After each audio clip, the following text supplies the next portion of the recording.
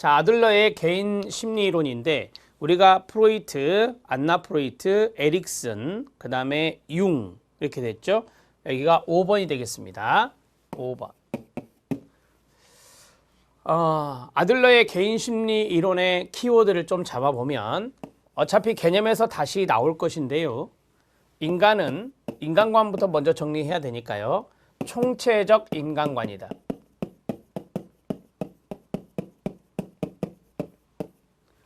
자, 성격은 일부분만 보는 것이 아니라 성격은 전체를 봐야 된다. 그래서 총체적 인간관의 첫 번째, 성격은 통합적.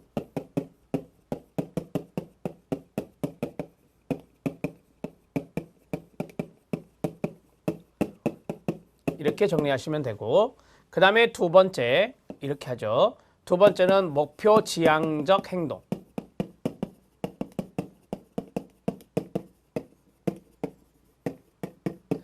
인간의 행동은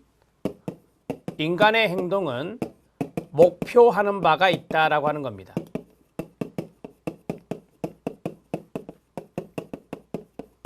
우리가 뒤에 보면 가상적 목표론이 있습니다. 가상적 목적론이라고도 하는데요. 자, 그 다음에 세 번째는 우월성 추구가 있습니다.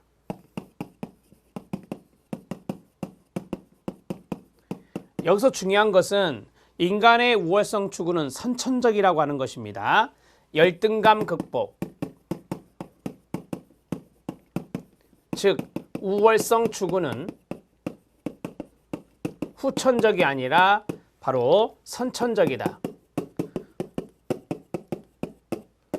이런 것들이 바로 인본주의적 관점과 연관성이 있는 것입니다. 자, 이제 인간관에 대해서 간단히 봤고, 두 번째는 인본주의적 현상학적 관점을 수용했다. 이거를 잘 알아놓으시고, 인본주의적 현상학적 관점을 수용했다는 점은 바로 주관적인 자각, 주관적인 경험, 주관적인 접근, 이런 것들을 강조했다는 측면. 그 다음에 우월성 추구가 바로 선천적이라고 하는 선천적인 우월성 추구, 이런 것들과 연관성이 있는 것이다. 이렇게 정리하시면 되겠습니다. 이제 그 다음에 나와 있는 단어들이 있었잖아요. 뭐 사회적 관심, 생활 양식, 그 다음에 출생서열, 이것들은 이제 뒤에 개념에 나오니까 그때 정리하면 될 것 같습니다. 자, 아들러의 개인 심리론, 제가 앞에 발달 단계, 인간 발달 단계를 제시하지 않았다라고 말씀드렸죠. 인간 발달 단계에 제시하지 않음. 자, 이렇게 정리하고 이제 주요 개념을 보면 됩니다.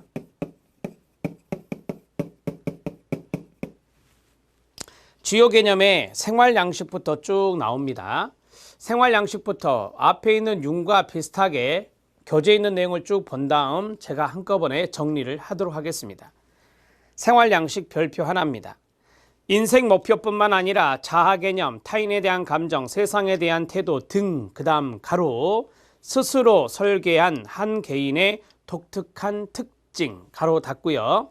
으로써 그 다음 또 가로, 이것이 시험에 나왔던 건데요. 생의 목표에 도달하기 위하여 스스로 설계한 독특한 좌표, 가로 닫고. 자, 머릿속에 넣어요. 좌표라는 단어 나오면 생활 양식입니다. 라이프 스타일. 그 다음에 2번. 거기 밑에 세 번째 줄에 보면 유형으로는 네 가지가 있습니다. 기생형, 지배형, 회피형, 사회적 유형령 네 가지가 있는데 사회적 유형령이 가장 바람직한 생활 양식이라 합니다. 열등감과 무력감을 극복하고 우월성을 향해 노력하며 개인에게 의미를 주는 삶의 목표를 추구해 나가면서 자신만의 독특한 생활 양식이 발달해지고요. 만들어지는 것입니다. 3번입니다. 3번 별표. 생활 양식은 5세 이전에 형성된다라고 합니다. 일생을 통해 시작 유지되는 경향이 있습니다. 유지의 동그라미 별표. 즉 개인의 생활 양식은 열등감과 이를 보상하려는 노력에 의해서 형성되는 것인데요. 자, 열등감과 이를 보상하려는 노력을 통해서 형성되는 게 생활양식이다. 4세에서 5세경에 그 틀이 형성되어 그 후에는 거의 변하지 않는다. 무슨 말이죠? 네, 유지된다 그 말입니다. 변한다 하면 틀립니다. 변한다 X. 아동기 경험에 의해 수동적으로 형성되지 않고 외부 사건에 대한 개인의 태도에 의해서 형성될 수 있고요. 종류는 지배형, 기생형, 회피형, 사회적 유형형, 가장 바람직한 형이 바로 이거라 했습니다. 자, 밑에 실력 따지기에 보면 아들러의 개인심리이론에서의 생활양식 유형이 쭉쭉쭉 4가지가 보입니다. 이 시험에 출제가 최근에도 된 적이 있으니까 잘 봐놓으시는 게 좋습니다.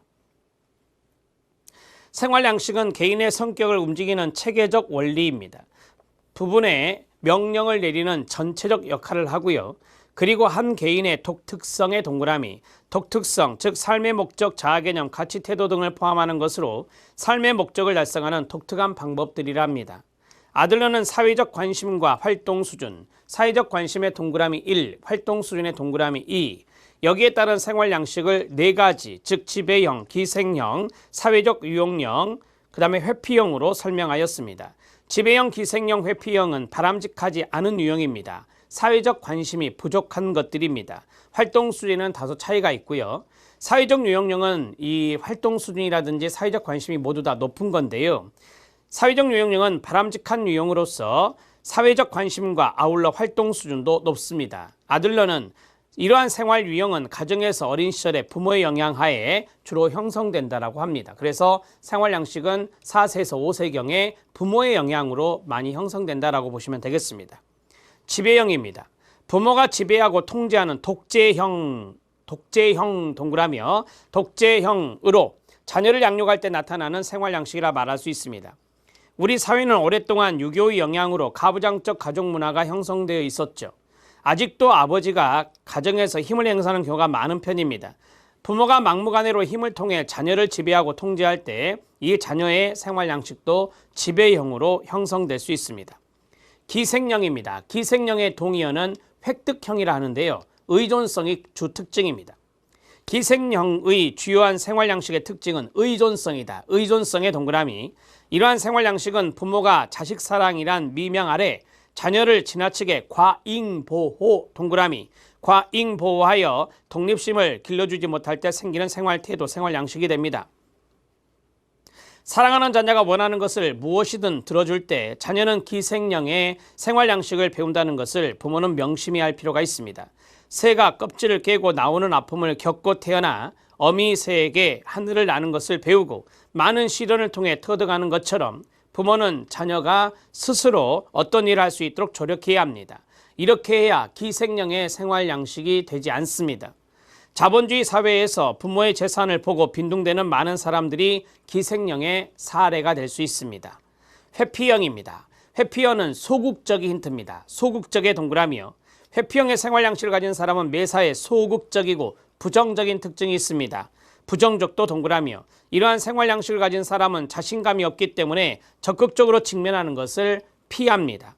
회피형의 사람은 한번 시도하지도 않고 불평만 하기 때문에 사회적 관심이 떨어져 고립되게 됩니다. 부모가 자녀 교육을 할 때 자녀의 길을 꺾어버리는 것이 이러한 회피형 생활 양식을 갖게 할 수 있습니다. 길을 살려주는 자녀 교육이 필요합니다. 부모로서 사회적 관심을 갖고 매사에 적극적으로 참여하는 태도를 자녀에게 보여주는 것이 필요합니다. 자, 바람직한 유형 하나 남았습니다. 사회적 유형령입니다. 사회적 유형령의 생활 양식은 앞에서 말씀드린 대로 높은 사회적 관심과 높은 활동을 가지고 있습니다. 아들러 이론에서 이 유형의 사람은 성숙합니다. 긍정적이고 건강한 사람의 표본이 됩니다. 이들은 사회적 관심이 많아서 자신과 타인의 욕구를 동시에 충족시키는 한편 인생 과업을 완수하기 위해 기꺼이 다른 사람들과 협동합니다. 이들은 또 사회 문제를 해결하기 위해서는 협동, 개인적인 용기, 타인의 안녕에 공헌하려는 의지가 필수적임을 인식하고 있습니다. 사회적 유형령이었습니다. 자, 지금까지 하나의 개념을 봤습니다. 바로 생활 양식입니다. 자, 그 다음에 2번 열등감과 보상입니다. 열등감의 별표입니다. 열등감은 부정적인 단어입니다. 하지만 아들러는 긍정적인 동기로 보았습니다. 개인이 잘 적응하지 못하거나 해결할 수 없는 문제에 직면했을 때 생기는 게 열등감입니다. 2번 별표. 모든 인간으로 하여금 끊어요. 무엇인가를 추구할 수 있게 하는 동기입니다. 따라서 긍정적인 인자입니다. 긍정적 인자라고 써주시고요. 열등감은 누구에게나 있고 인간이 성숙해지고 자신의 잠재력을 실현하는데 필요한 것이라고 아들러는 봤습니다. 아들러는 열등감 컴플렉스의 세 가지 원천을 봤는데요. 신체적인 측면에서, 심리적인 측면에서, 사회적인 측면에서 세 가지를 이야기했다 합니다. 첫 번째, 즉 생활 양식을 왜곡할 수 있는 것으로 신체적으로 병약하거나 동그라미 1, 허약한 아동이죠. 응석바지가 있습니다. 동그라미 2. 자, 응석바지는 이제 심리적으로 많이 의존성을 보이는 이러한 것들이 여기에 들어갈 수 있고요. 거부당하는 아동입니다. 관계적인 측면에서 대인관계 측면이죠. 그러면 사회적인 측면이 되겠습니다. 이러한 측면에서 거부당한 아동 이런 것들을 제시했다고 합니다. 참고하셔도 됩니다. 열등감 컴플렉스였습니다. 그 다음에 보상입니다. 보상은 열등감에 머물러 있지 않고 열등감을 극복하기 위한 보상 이게 필요해요. 그걸로 인해서 우리가 우월성을 추구해 나갈 수 있기 때문에 잠재력을 발휘하도록 끊어요. 인간을 자극하는 건전한 반응입니다. 여기까지가 개념이거든요. 거기 가로 딱 묶어주시고요. 즉 열등감에서 우월감을 갖도록 어떤 것을 유발하는 건전한 반응이 되겠습니다. 사회적 관심입니다. 사회적 관심이 높다. 그러면 좋은 말이죠. 사회적 관심은 첫 번째 1번이 중요합니다. 별표. 각 개인이 이상적인 공동사의 목표를 달성하고자 할 때 그 다음 가로 사회에 공헌하려는 성향입니다. 가로 닫고요. 가족관계와 경험에서 발달하고 어머니가 가장 큰 영향을 미친다라고 합니다. 네 번째 자아의 창조적 힘입니다. 이걸 창조적 자아라고도 합니다. 인간은 선천적으로 자아의 창조적 힘을 가지고 있다. 즉 인본주의 관점을 가지고 있다라고 보시면 되는데 자아의 창조적 힘은 끊어요. 생의 의미를 제공하는 원리로 작용합니다. 그러면서 풍요롭게 만들고 자신의 인생 목표와 이를 추구하는 방법을 결정하고 사회적 관심 발달에 영향을 주는 게 바로 자아의 창조적 힘, 창조적 자아가 됩니다. 바로 밑에 창조적 자기 또는 창조적 자아를 보겠습니다. 개인 심리학을 대표하는 개념입니다. 인간은 유전과 환경, 경험이라는 원료를 이용해 독창적인 자기를 만들어내는 능력이 있음을 의미하는 것입니다. 독창적인 자기를 만들어낸다. 만드는 것을 우리가 창조라고 하죠. 근데 그것도 독창적으로 만드는 거예요. 그래서 창조적 자기라고 하는 겁니다. 인간은 스스로 인생 목표와 목표 추구 방법을 결정하고 사회적 관심을 발달시킨다고 봅니다. 제가 앞에서 주관적인 지각, 주관적인 경험, 주관적인 접근 이런 걸 말했죠. 이 아들러의 이론에 보면 스스로라는 말이 많이 나옵니다. 스스로, 주관적인 겁니다. 다섯 번째 우월성 추구, 우월을 향한 노력을 보겠습니다. 우월성 추구 노력 이렇게 생각하면 돼요. 열등감을 보상하려는 욕구에서 출발합니다. 열등감을 보상하려는 욕구에서 우월성을 추구하게 되는 거고 인간 생활의 궁극적인 목적은 우월하게 되는 겁니다. 교만이 아닙니다. 교만이 아니라 열등감을 극복해서 우월해지는 것이죠. 1번 별표. 가상적 목표론의 1번도 별표입니다. 같이 읽어주세요. 시작. 개인의 행동을 이끄는 마음속의 중심 목표입니다. 자, 여기 보시면 목표하는 바가 있다. 행동이 이렇게 돼 있었죠. 인간 행동은 목표하는 바가 있다. 여기서 가상적 목표라는 게 등장할 겁니다. 라고 말씀을 드렸는데요. 개인의 행동을 이끄는 마음속의 중심 목표. 이 정도 알면 가상적 목표론의 문제는 풀 수 있습니다.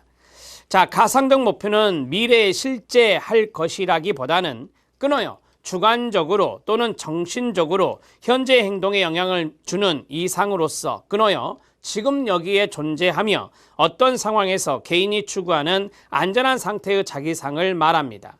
지금 여기에 박스 쳐주시기 바랍니다. 지금 여기를 강조하는 것도 바로 현상학 이론, 인본주의라고 말할 수 있습니다. 인간의 모든 심리현상은 이 가상적 목적을 이해함으로써 설명될 수 있고요. 이는 결국 우월성 추구나 생활 양식의 지침이 될 수 있습니다.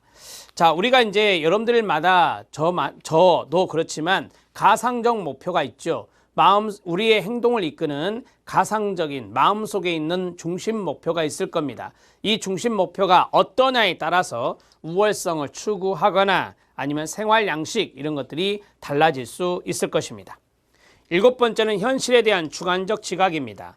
개인 심리학은 현상학적 관점을 수용하여 말씀드렸습니다. 현상학적 관점 수용하여 동그라미 1.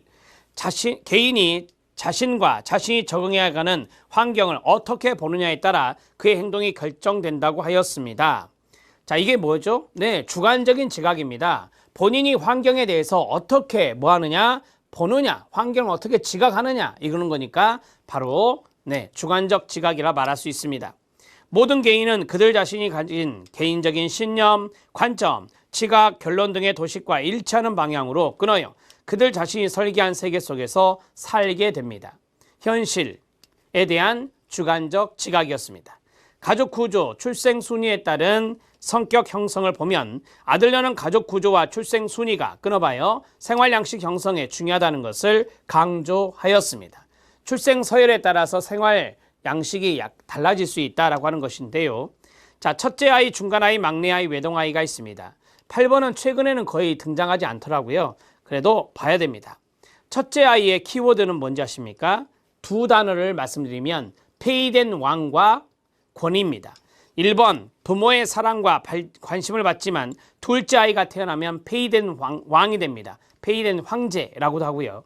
그 다음에 첫째 아이는 권위의 중요성, 권위의 동그라미, 동생보다 더 잘 이해하죠. 아무래도 맞이다 보니까 그렇습니다.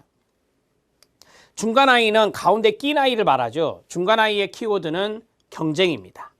둘째 아이의 가장 큰 특성은 경쟁이다. 경쟁의 동그라미요. 아들러는 이들이 공통적으로 달리는 꿈을 꾼다고 합니다. 경쟁하는 거니까 달리는 꿈. 둘째는 태어나면서 첫째와 경쟁하게 되고 막내가 태어나면서 막내와 경쟁하는 관계에 놓이게 됩니다. 막내 아이입니다. 막내 아이의 키워드는 과잉보입니다. 과잉보, 의존적의 동그라미. 막내는 과잉보 될 가능성이 크며 과잉보 때문에 막내는 의존적이 될 수 있습니다. 이 의존성과 연관성이 있는 것이 앞에서 봤던 기생형이었습니다. 특징으로는 응석바지 행동이나 낮은 독립심이나 열등감 이런 것들이 나타날 수 있습니다. 외동아이입니다. 자, 외동아이도 키워드가 있는데요. 과잉보도 들을 수 있고요. 자, 외동아이는 혼자 있어요. 그러다 보니까 자신의 중요성, 자기가 중요하다는 것에 대한 과장된 견해를 가질 수 있습니다. 독자, 외동아이는 가족 내에서 경쟁할 사람이 없기 때문에 경쟁 대상이 될 가능성은 약합니다. 2번 독자로서 이들은 관심의 중심이 되죠. 자신의 중요성에 대해서 과장된 견해를 갖고 있습니다. 동그라미 2번에 별표 치면 되겠습니다. 자, 여기까지 해서 아들러의 이론에 대해서 쭉 살펴보았습니다. 개념을 간단히 판서하고 수업을 마무리하죠. 자, 주요 개념이 있는데 이 주요 개념에서 첫 번째 생활 양식을 잡아야 되겠죠. 자, 생활 양식, 그 다음에 사회적 관심,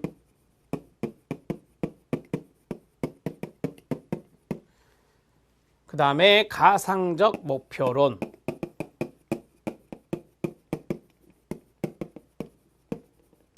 그 다음 우선 4가지 하고 나머지는 제가 그림으로 설명을 하려고 하거든요.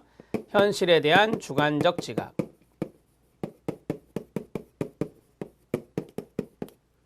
현실에 대한 주관적 지각.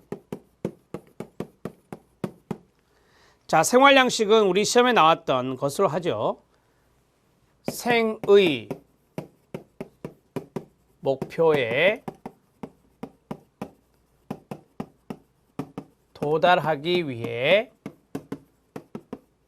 스스로 설계한